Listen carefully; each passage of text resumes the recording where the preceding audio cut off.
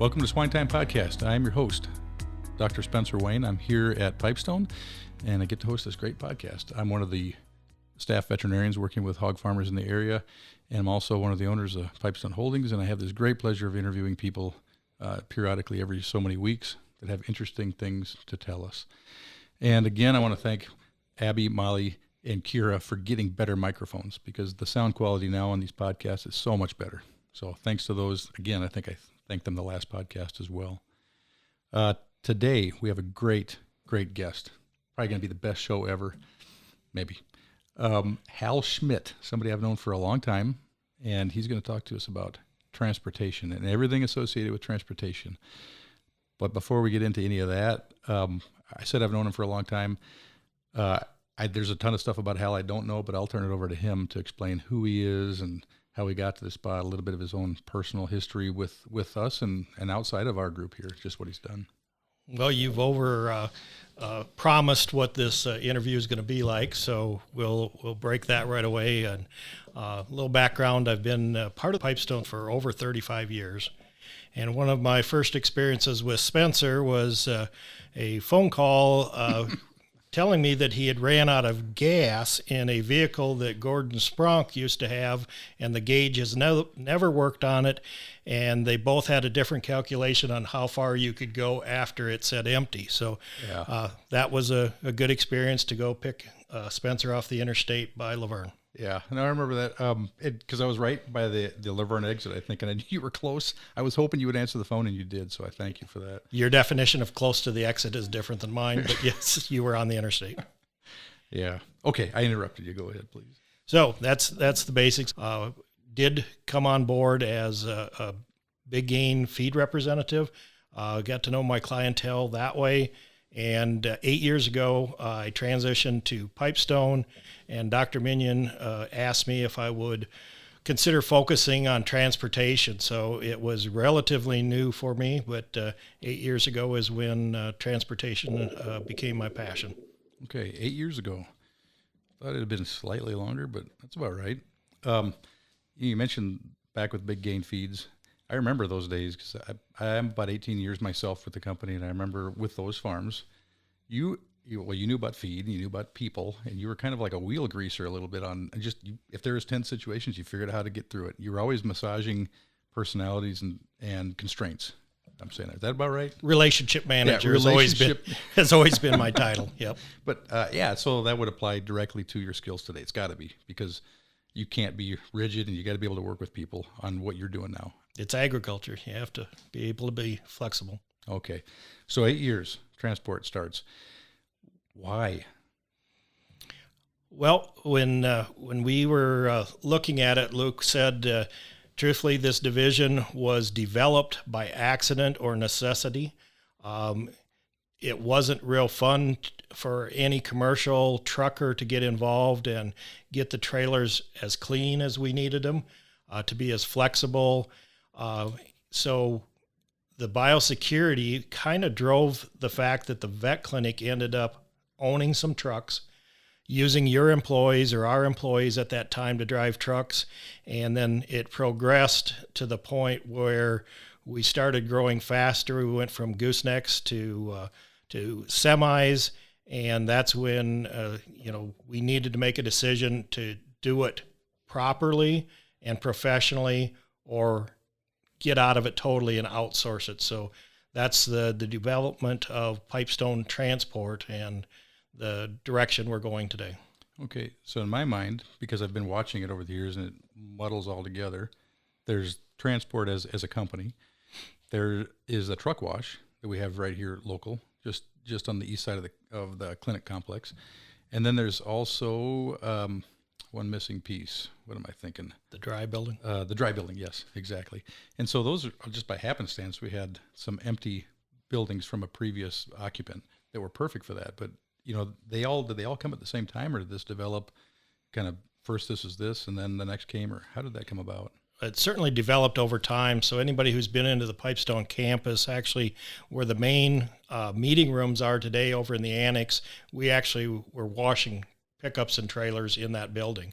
It was the old Amdahl building. So there's been lots of changes here. The truck wash came into play and was originally a self-service where the drivers would wash their own trucks and trailers and nobody was there manning it.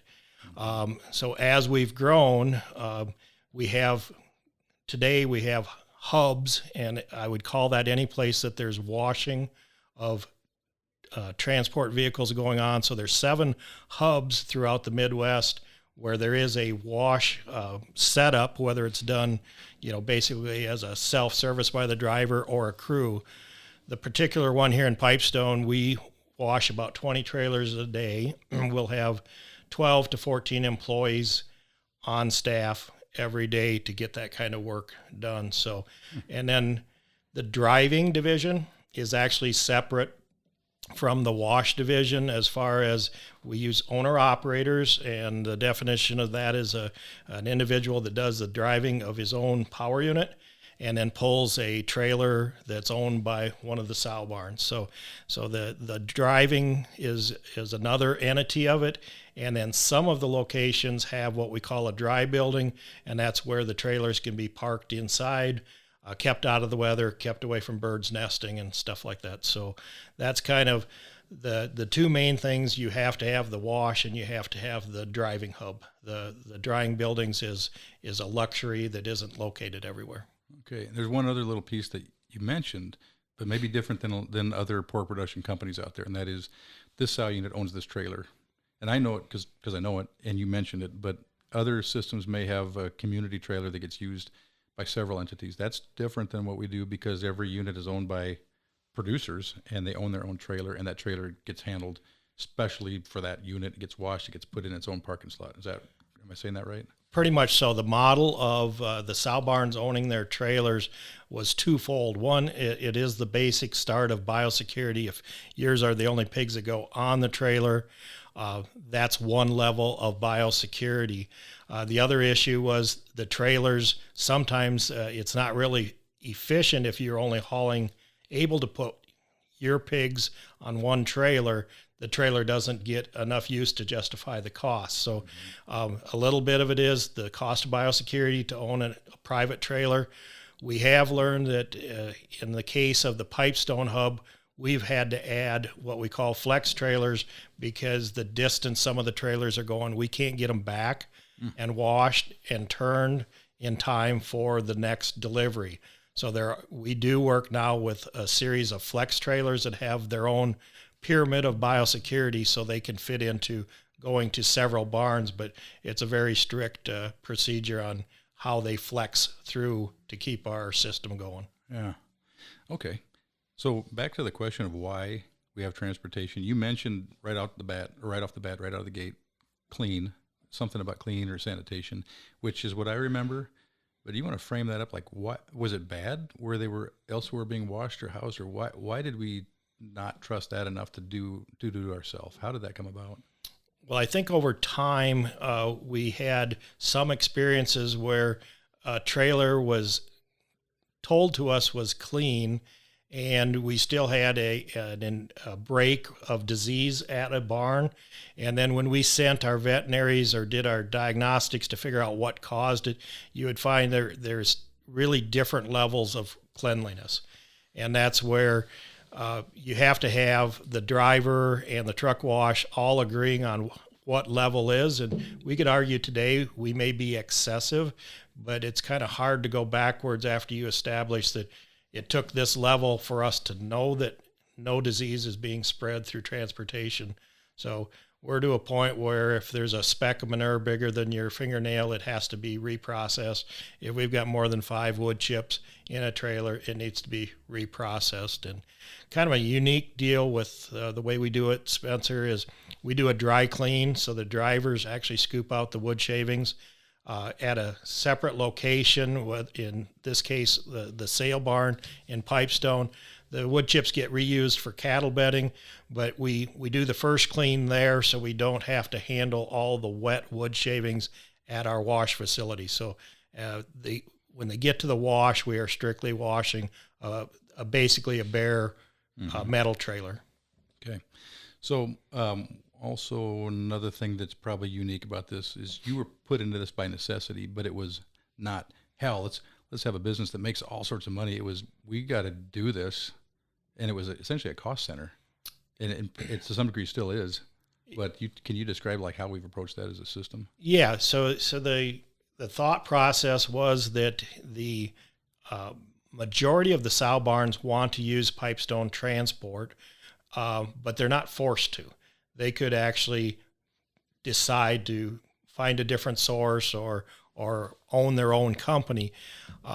And the Pipestone philosophy was that if people are doing business with us kind of out of necessity, we shouldn't overcharge it. So it was never designed to be a profit center. We do have to make money and carry our costs. So basically it's a cost plus just to keep the service available because it's not readily available in the industry.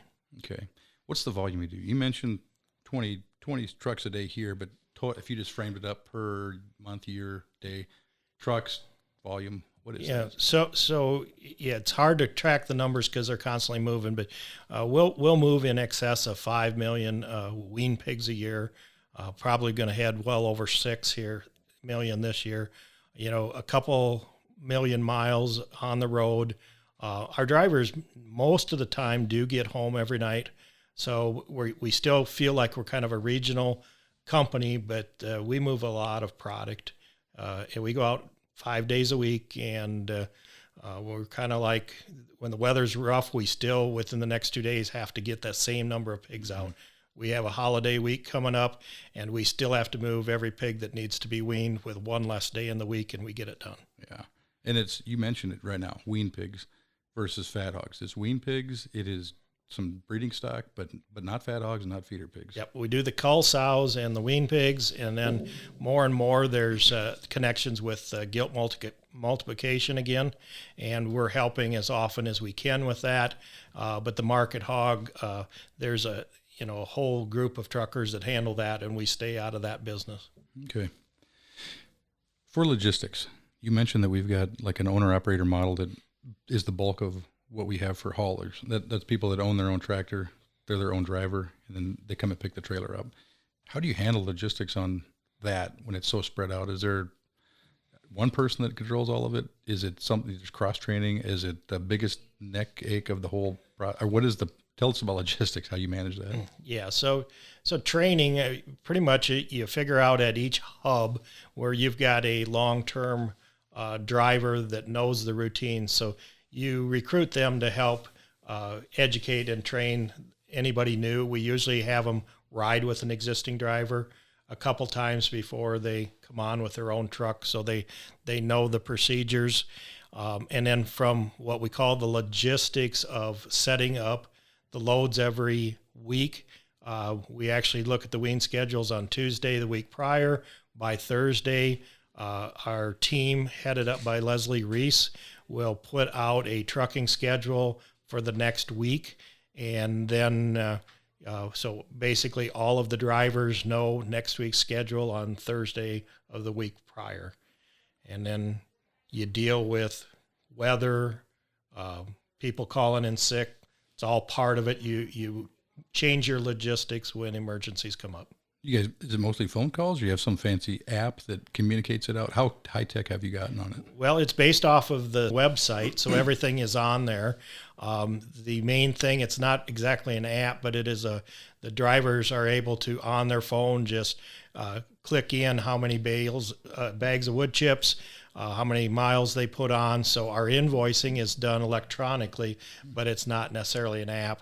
The drivers get their private schedule on their phone saying which barns they're lined up for. So that's all done through the website that most of our shareholders would have some familiarity with. That's the heartbeat of everything. Yeah, the traffic schedule and everything showing where and when.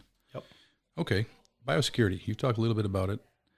When I'm thinking of truck washes, trucks, we don't have a TAD system, do we? We do not. We've looked at the economics. A couple things. It takes an awful lot of fuel to do that. It takes a very specialized building because it cannot be co-housed due to problems with gases and stuff. So it's a system that's proven to work, but it just isn't very efficient, and it's really hard on seals and wiring and all of that stuff. So we've chose not to. Scott D's research shows if we get the disinfectant applied properly we use a foaming system so we can see where we've disinfected. It's like painting, and then we give it a dry. We want to make sure that all the trailers have dried. So at that point, it's given the disinfectant long enough to do its job. Us putting trailers inside is for preventing bird nesting, and it certainly is a benefit for during the winter to pull a warm trailer where the brakes aren't froze up and it's not iced up before you even start. Yeah. Yeah, and I'm thinking the natural trade-off. It's got to be, I'm going to turn this trailer as fast as I can as often. Well, you better have a TAD because you have no downtime. If you have downtime and the ability to rest that thing, then just be room temperature and dry off naturally, and that accomplishes the same thing. We were already built that way, so TAD didn't really fit for you. Correct. Okay. Trailer inspection. I'm thinking of Kelly or somebody like Kelly that's going and inspecting trailers. Is there a routine of a person that goes and oversees that? Sure. So through the wash here in Pipestone, where we actually have a team that's washing them, we have a point person that we do our own self-inspection. So the goal is to catch something that we may have missed. And then the third-party audits is a confidence builder for the shareholders to know that it's not strictly my group of employees that is looking at it, that employees from another division that is strictly, their job is to make sure biosecurity at the sow barns and at the truck wash and the trailers get inspected.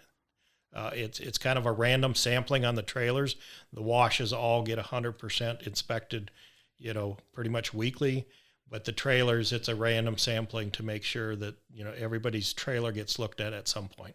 Okay. Not necessarily every time, but there's not every time. No. What percent fail?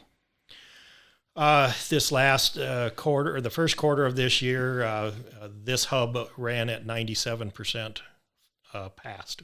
Okay. So the 3 out of 100, there was something. There was a spec.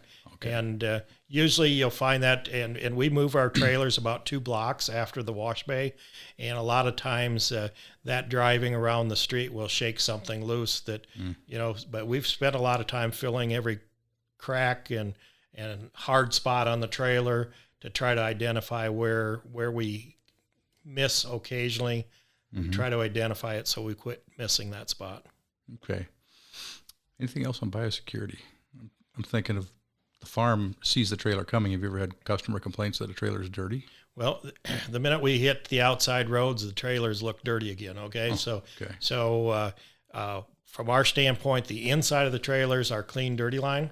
So when we are parked in our sheds or in a parking lot, anytime a clean trailer is to be entered, that's when you have to boot up. Okay, so you could walk around the outside of a trailer, in your street clothes and street shoes, but we have to protect that step over line. And really the only way to do that, there's just so much opportunity for contamination with gravel roads and this and that. So the inside is the clean spot. Yeah. When a driver shows up, what's the process that they go through to get in the trailer? Because I've watched other people loading wean pigs, and there's a whole bunch of different ways to do it. What way's our way? I don't know. We're a primarily disposable equipment. So we'll plastic boot coming out of the tractor. We will go to the trailer, and then we will double boot as we go in. The bedding will have already been in the trailer. The driver will go then spread the bedding throughout the trailer after he's firmly backed up to it. So you're double booted, you load the pigs, you don't step into the chute. They do everything they can not to have pigs come back and forth. And then as they leave the trailer, they would remove their boots to get into their cab, store it usually in a bag or garbage bag, and then that gets brought back into a dumpster or something on campus. Okay. All right. Welfare. How many pigs can you pack on a trailer is what comes to mind, but what's your approach to welfare? Is it just density, or what are the things? Well, it's density and bedding. So we have everybody's TQA certified. I do serve on the committee that helps put the book out every 3 years or so. The Pork Checkoff redoes the TQA program. So there's a lot of input, and on density is one aspect, and then making sure that you get the ventilation right. You want to get it not too hot, not too cold. So there's charts and things to follow on all of that. So animal welfare is something we all take very, very seriously, and but there's a whole protocol for doing that. Yeah, for density, is it seasonally up and down? Because in the summer you can't place them quite as dense in the summer because it's just too hot. Is that fair, or is it not same all year round? Well, it's a fair. The other thing to think about in the wintertime, you also don't want them packed to the outer wall and not be able to get away from that. You can get some freezing on walls. So basically, there's no heavy research on it, but basically about 0.7 square feet for a wean pig. And so that's why we have decking in our semis, but that's, there's several different styles of trailers out there. Primarily, we use a pot semi with a third rail. Okay. All right. What else in welfare? Do you ever have to, there's no situation where you're watering pigs down, wean pigs? Wean pigs, we found that getting those wet is not advantageous at all. So we don't do any of that. It's all about air movement. Okay. And sometimes the shorter hauls, because the pigs don't have time to settle or cool, will be tougher to handle than the long hauls. All right. I've got a topic of sustainability that I'm intended to ask you about, but it's a big topic, and a lot of times that term gets thrown around in a very carbon-centered way. I'd say, yeah, if you got commentary on that, how would you think about that question? Oh, the sustainability, what we're doing. Sustainability as a business for our producers, sustainability with how you look at logistics. I don't know if you got any commentary on that as a topic. Yeah, I think sustainability, everybody looks at it differently, but I kind of come at my view is it capable of lasting a long time? So, we're going to burn diesel fuel in the trucks. So we're going to use disposable stuff. So it's not all perfect, but the model in general stands a chance of lasting 20 years before some technology hopefully comes. I hope there's a technology to eliminate using water to wash the trailer. We'd all love that, because it's not easy to find employees. It's not a exactly fun job. So we're waiting for the next technology to eliminate some of but it's not there yet. Are we short of hubs? I'm just thinking of just fuel burned because, I got to pick up pigs, drive pigs there, and then come all the way back to Pipestone versus these hubs. And you've got several, you said seven hubs. Is there a need for more, or is that a pretty good balance already? We always put a hub when the new buildings create a line of traffic. Pipestone being the biggest hub, because actually a lot of the pigs, we go out in the Dakotas and then we bring them back. They come back to northwest Iowa, southwest Minnesota. It's not out of the line. We very seldom run more than 50, 60 miles of dead miles. It's always in a loop. Kind of in a line and a loop. Yeah. All right. Those are all the serious topics now. My question for you is, what's your biggest headache during running this whole machine here? What is the thing that gives you the most grief? Weather, probably, because it's totally uncontrollable. What's the worst thing that's happened, or that can happen? You could get caught in a windstorm and blow a truckload of pigs over. Did you have anything blow off the road that Thursday? We've been really blessed, but let's just take Thursday for an example. We get a phone call saying things are not well out in the Dakotas. Okay, so we start making our preparations already as the storm's just starting to come towards Pipestone. Mm-hmm. And then by 9:30 that night, the call comes in and says we've got one major barn down. The Salem barn took a major hit.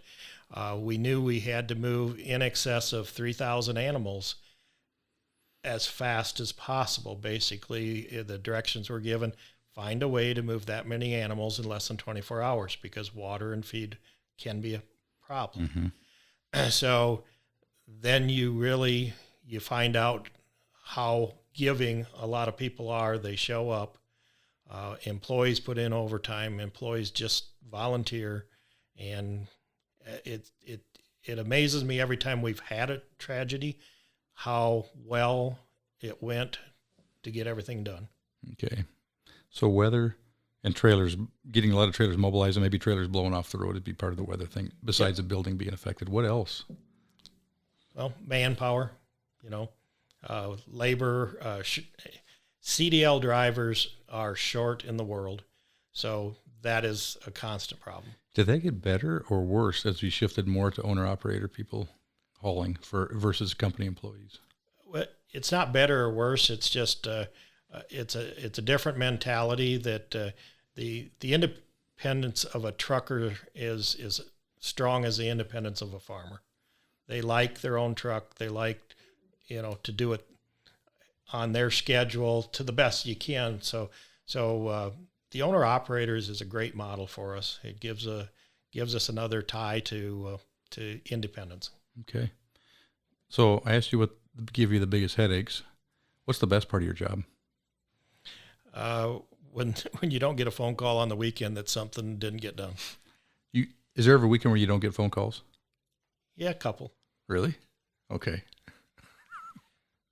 Okay. So when you don't get the phone calls, it's nice because you get peace. That's a good weekend. You can focus on the horses. You got horses. Still play with that hobby. Okay. Yep. Okay. Well, Hal, I think we covered several things. Is there anything you wanted to talk about with what we do or what transport does that's worth commenting on? We covered logistics, biosecurity, animal welfare, sustainability, your history, the company's history with transport. Anything we missed? Well, I don't think we can name all the people that have made this a success for our shareholders. I mean, there's generations of drivers. We've had thousands of people come through our system. That how do you thank them for doing a good job? Okay, people. So, thanks, Hal. I appreciate it. And to our listeners, thank you for tuning in. And tune in next time to SwineTime Podcast. I don't know who our next guest will be, but it'll be somebody.